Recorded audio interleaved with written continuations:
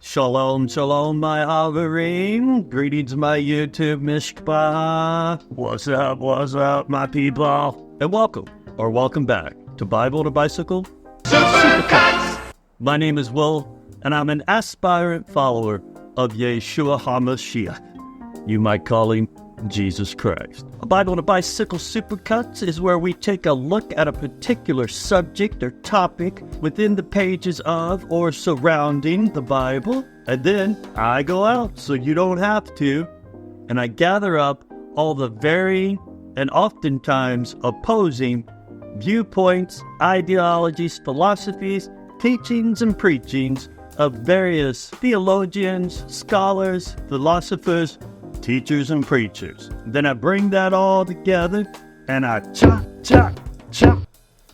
that all up, and through the mysterious technology of editing, I smush that all back together, hopefully into something that's cohesive and comprehensible, and then I serve it right up to you in the form of a SUPERCUTS fan edit.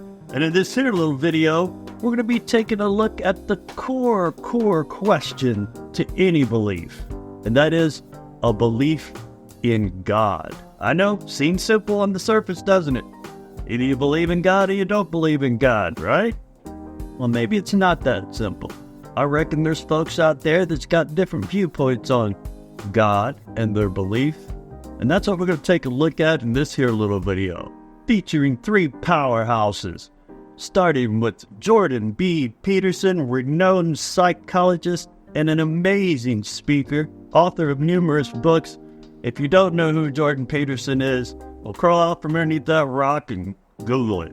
And then we're going to turn our attention over to John Lennox, from over there across the pond, up north a bit that is, theologian and teacher, one of my favorites. I just like to hear him talk, really. And then to round it all up, we're going to be bringing in William Lane Craig, a great Christian apologist, teacher, a preacher in his own right. And I reckon that'll give us a kind of a diverse lineup, don't you think? So without any further ado, I'm going to turn it over to these gentlemen and take a look at believing in God. All right.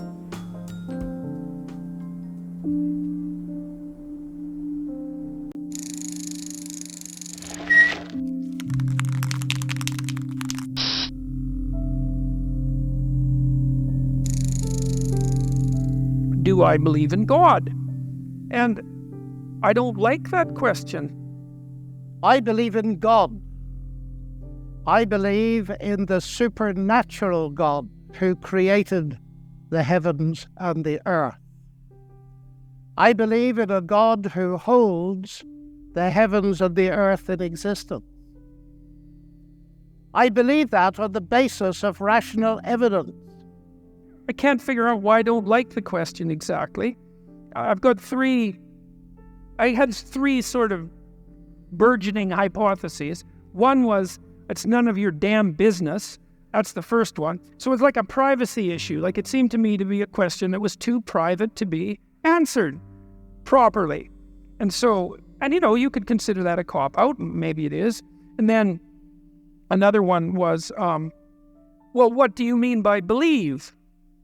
Like, do you mean the words? Do you mean to say the words, I believe in God? Does that indicate that you believe in God? Like, I don't know what you mean by believe exactly, because, and that's got me in trouble too, because, people think that attempting to clarify the meaning of words is an attempt to escape from the question when it's actually an attempt to specify the question. I mean, is what you believe what you say or what you act out? Now, I would say to some degree it's both, but if push comes to shove, as far as I'm concerned, what you believe is what you act out, not what you say. And then, and if you're an integrated person, then what you act out and what you say are the same thing, and then you're a person whose word can be trusted, right? Because what you say and what you do are isomorphic. They're the same thing. But belief is instantiated in action. So I have also suggested that I act as if I believe in God, or to the best of my ability. And people aren't very happy with that either. And then the third is that I'm afraid that he might exist, which I think is the most comical of the three answers and perhaps the most accurate one. And as we look at the rise of science in the 16th and 17th centuries, Alfred North Whitehead and many others commented that men became scientific because they expected law in nature, and they expected law in nature because they believed in a lawgiver. So, ladies and gentlemen, I'm not ashamed of being both a scientist and a Christian, because arguably Christianity gave them my subject. What I am amazed at is that serious thinkers today continue to ask us to choose between God and science. That's like asking people to choose between Henry Ford and engineering as an explanation of the motor car. When Newton discovered his law of gravity, he didn't say, I've got a law, I don't need God. No, he wrote the Principia Mathematica, arguably the greatest work in the whole history of science, because he saw that God is not the same kind of explanation as a scientific explanation. God doesn't compete. Agency does not compete with mechanism and law. God can be personally known and experienced. This isn't really an argument for God's existence. Rather, it's the claim that you can know that God exists wholly apart from arguments, simply by personally experiencing Him. Philosophers call beliefs like this properly basic beliefs. They aren't based on some other beliefs. Rather, they're part of the foundations of a person's system of beliefs. Let's go into this a little bit more. Let's say you do believe in God. You say, I believe in God. It's like, okay, well, that's hypothetically pretty impressive, I would say. It's like you believe that there's a divine power that oversees everything, that is fundamentally ethical, that's watching everything you do, and you believe that. And so what effect does that have on your behavior if you believe it? Does that mean that are you all in on your beliefs? Are you sacrificing everything to this transcendent entity that you proclaim belief in? Have you cleansed yourself of all your sin, let's say? Are you making all the sacrifices that you need to make? Like, have you taken the mote out of your eye? Why is there something rather than nothing? Alan Sandage, the brilliant cosmologist who became a Christian in his 50s, said God is the answer to that question. But people are now so desperate to show that the universe created itself from nothing, which seems to me to be an immediate oxymoron. If I say X created Y, I'm assuming the existence of X to explain the existence of Y. If I say X created X, I'm assuming the existence of X to explain the existence of X, which simply shows that nonsense remains nonsense even if high-powered scientists utter it. Other properly basic beliefs would be belief in the reality of the past or the existence of the external world. In the same way, belief in God is for those who seek Him a properly basic belief grounded in our experience of God. Are you in the same situation, let's say, that the Catholic Church seems to be in right now? Just out of curiosity, it's a good time to bring that up since the Pope seems to be concerned with what's been happening with the Catholic Church, given the endless pedophilic scandals, let's say, which seem rather serious in my estimation and might have been something that was cleaned up perhaps 100 or 1,000 years ago. And it's being taken seriously perhaps now and perhaps not, because it's not so easy to determine exactly what it would mean to take that seriously. And you might say, well, are all the people who are committing these heinous actions and then covering them up, if you ask them, well, do you believe in God? What are they going to say? Well, you'd think the answer would be yes, given that they're like priests, and yet, what's the evidence? Well, the evidence isn't exactly so clear that the mere statement, let's say, or the mere acting out of the ritual, let's say, and I'm not trying to denigrate the statement or the ritual, but I'm pointing out that that's no indication of you're right to say that you believe. Because you go, and I think this is why it's bothered me to answer this question. It's like, what right do I have to say that, to make that claim? I believe in God. Well, what's the claim? Is that the claim that I'm a good person somehow? Because you'd think that if you believed in God, actually, like seriously, that you'd be a good person, like right now, because, well, well, for obvious reasons, I would think. And so if that hasn't happened in some sort of miraculous sense, so that you're the best person you could possibly imagine being on an ongoing basis, and then terrified of deviating from that path in a serious manner, then I don't see why you have the right to say that you believe in God. The heavens declare the glory of God, says the ancient psalm. And we've unraveled a bit of that, seeing the fine-tuning of the fundamental forces of nature. It's something that's so striking to scientists that it demands explanation. Well, then you look at what are you called upon? Let's say if you're going to proclaim yourself as a believer, you know? And I thought about this a lot as I've gone through the Old Testament. I did a bunch of lectures last year. And so what are you called upon? Well, you're called upon initially to act out the spark of divinity that's within you by confronting potential with the logos that's within you, which means to take the opportunities that are in front of you, the potential future, and to transform it into the present in the best possible way, using truth and courage and careful articulation as your guide. So that's the first thing you're called on to do. That's a major deal there. That's a tough one. Astronomy leads us to a unique event, a universe which was created out of nothing, one with the very delicate balance needed to provide exactly the right conditions required to permit life, and one which has an underlying, one might say, supernatural plan. But I want to come to what I think is one of the fundamental arguments for theism. And as a scientist, I believe that the universe is rationally intelligible. That is something that has struck some of the geniuses of science as demanding an explanation. Einstein said the only incomprehensible thing about the universe is that it's comprehensible. And Wigner talked about the unreasonable effectiveness of mathematics. How is it that a mathematician thinking in her head in here can come up with equations that seem to fit the universe out there? Well, how is it indeed? Because the irony of the atheist position here is evident. My atheist friends, and I have many of them, tell me that the driving force of evolution, which eventually produced our human cognitive faculties, reason included, was not primarily concerned with truth at all, but with survival. And we all know, ladies and gentlemen, what has often happened and still happens to truth when individuals or commercial enterprises or nations feel themselves threatened and struggle for survival.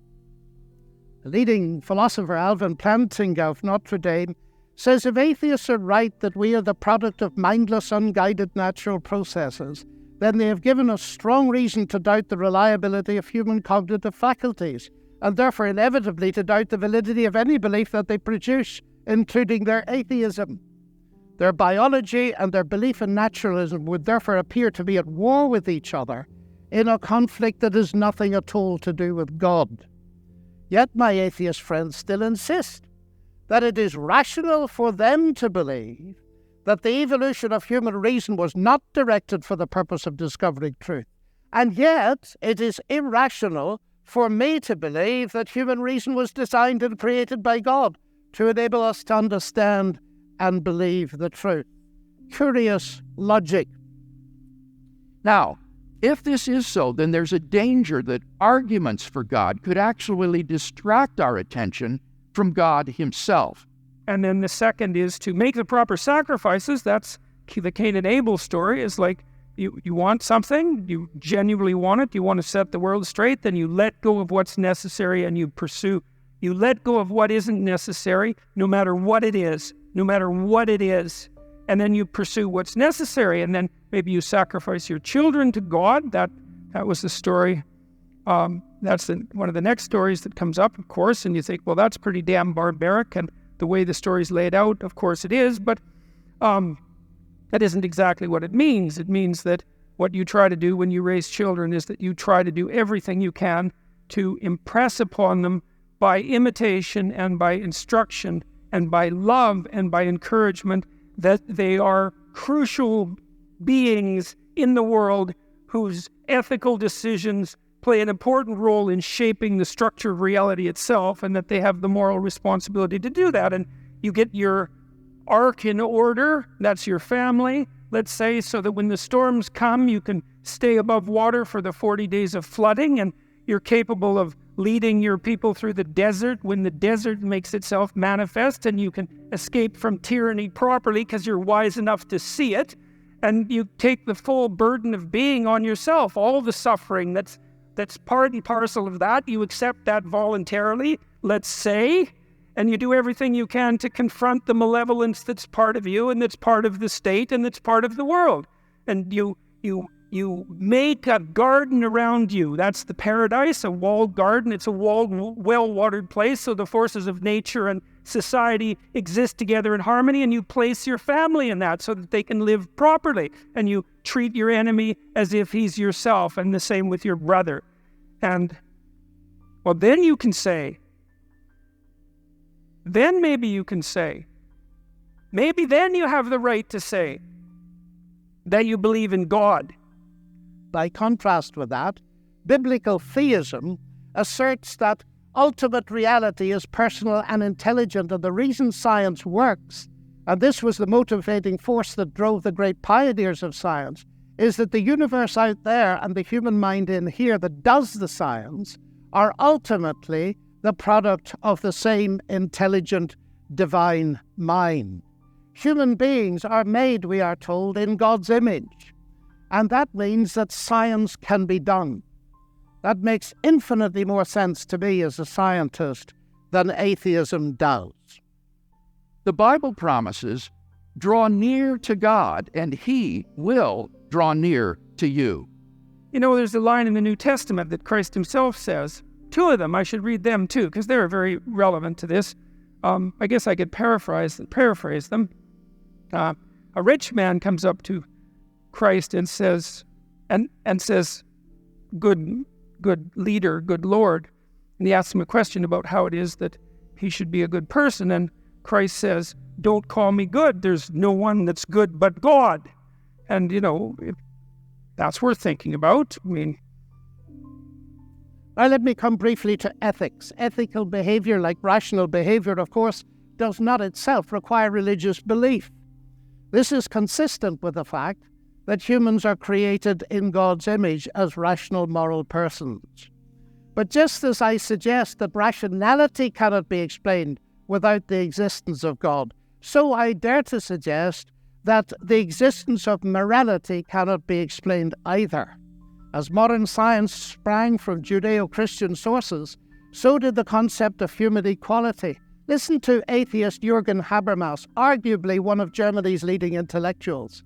He said that universalistic egalitarianism, from which sprang the ideals of freedom and a collective life in solidarity, the individual morality of conscience, human rights and democracy, is the direct legacy of the Judaic ethic of justice and the Christian ethic of love.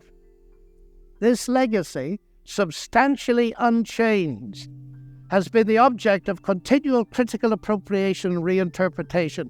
To this day, there is no alternative to it. Everything else is just idle, postmodern talk.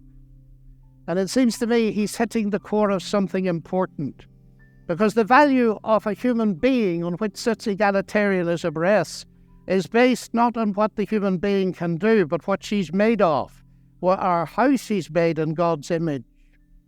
The one person that in principle, in our ancient stories, had the right to make some direct connection between himself and the divine, was unwilling to do it when challenged. And so it might be reasonable to assume that each of us could be much more cautious about making that sort of statement bluntly when we're asked. I never forget speaking on one of my many visits to Russia to a colleague in the Academy of Sciences. And he said, you know, John, we thought we could abolish God and retain a value for human beings. We found we couldn't, and we've murdered millions of them. And Alexander Solzhenitsyn has said, if I'm asked, Why is it that 60 million of my fellow countrymen were sacrificed? He said the answer is, we have forgotten God. We mustn't so concentrate on the external proofs that we fail to hear the inner voice of God speaking to our own hearts. And then the other line is, not all those who say, Lord, Lord, will enter the kingdom of heaven. Got that about right? Science, of course, marvelous as it is limited. Even a Nobel Prize winner, by analyzing a cake, cannot tell why it was made. But Aunt Matilda, who made it, can tell you. She can reveal it to you. But if she doesn't reveal it to you, you'll never know. And that brings me to my next evidence. It's the same with the universe. We can analyze it magnificently. But ultimately, if it has a maker, and I believe it has, only he can tell us what it's all about. And he's done so in the powerful narrative of the Bible, in particular in its analysis of the problem with humanity, not simply in terms of behavioral breakdown between people, but a vertical breakdown of trust between us and the Creator. The unique solution to that problem is not simply in terms of human ethical development, although that's very important, but in terms of something far deeper altogether. The restoration of the fractured relationship with God through the salvation he has brought through Jesus Christ. A radical relationship that empowers us to live ethically from God. Just because you make a claim to moral virtue, let's say your belief in God, which I can't see how you can make a higher claim to moral virtue than that. Agnostic, atheistic, I don't really care. The point is something like this. Imagine something of ultimate transcendent value. I don't care whether you believe in it or not, but imagine that something like that exists, and then you swear allegiance to it, which is to say, I believe in this. There's a heavy moral burden that comes along with that, just to allow yourself to utter the words without feeling that you should be immediately struck down appropriately by lightning. And here we reach what for me is the chief evidence, not only for the existence but the nature of God. It is Jesus Christ. He it was who not only taught the golden rule but embodied it, fed the hungry, healed the sick and suffering, and welcomed society's outcasts, brought honor and respect to the marginalized and ashamed. And he's brought forgiveness and peace to multi-millions around the world. He's able to do this, of course, because though he was a man, he uniquely never was only a man, but God become human. The central evidence for this startling claim is, of course, his historical resurrection from the dead that launched Christianity in the world. This is, of course, ladies and gentlemen, a crunch issue. If Jesus rose from the dead, death is not the end and atheism is false. If Jesus did not rise from the dead, Christianity is false. Well, and so I think that's why that question makes me uncomfortable. It's that I don't think I have a right to make that proclamation. For those who listen, God becomes a personal reality in their lives. Just finally now, as I read the Bible, I do not only find intellectual satisfaction, but I find a great deal of that. I sense the voice of God speaking to me. You say that's intensely personal. But ladies and gentlemen, we've been asked tonight about belief in God. And I want to strongly emphasize that God is not a theory, he's a person. And if the origination of me qua person is a personal God, then the most exciting thing really is there a possibility of getting to know God? And so I don't simply believe there is a God. I've come to know him and trust him. And I have strong reasons for doing so, because of Christ dying and rising again for me. And that has generated in me a sense of utterly unmerited forgiveness, acceptance, and peace. That has enabled me to face the ugly side of my own nature, and with God's help to do something about it. But it's enabled me to face something else. The hardest problem I face as a Christian is the problem of evil and pain. My niece getting a tumor at 22 that kills her. What do I say to my sister? And this is the hardest problem we faced. But it seems to me that atheism here has no answer. Because by definition, atheism believes that human death is the end, so there is no ultimate hope. But you see, ladies and gentlemen, we could stay here till midnight and beyond arguing, as has been done in this university for centuries.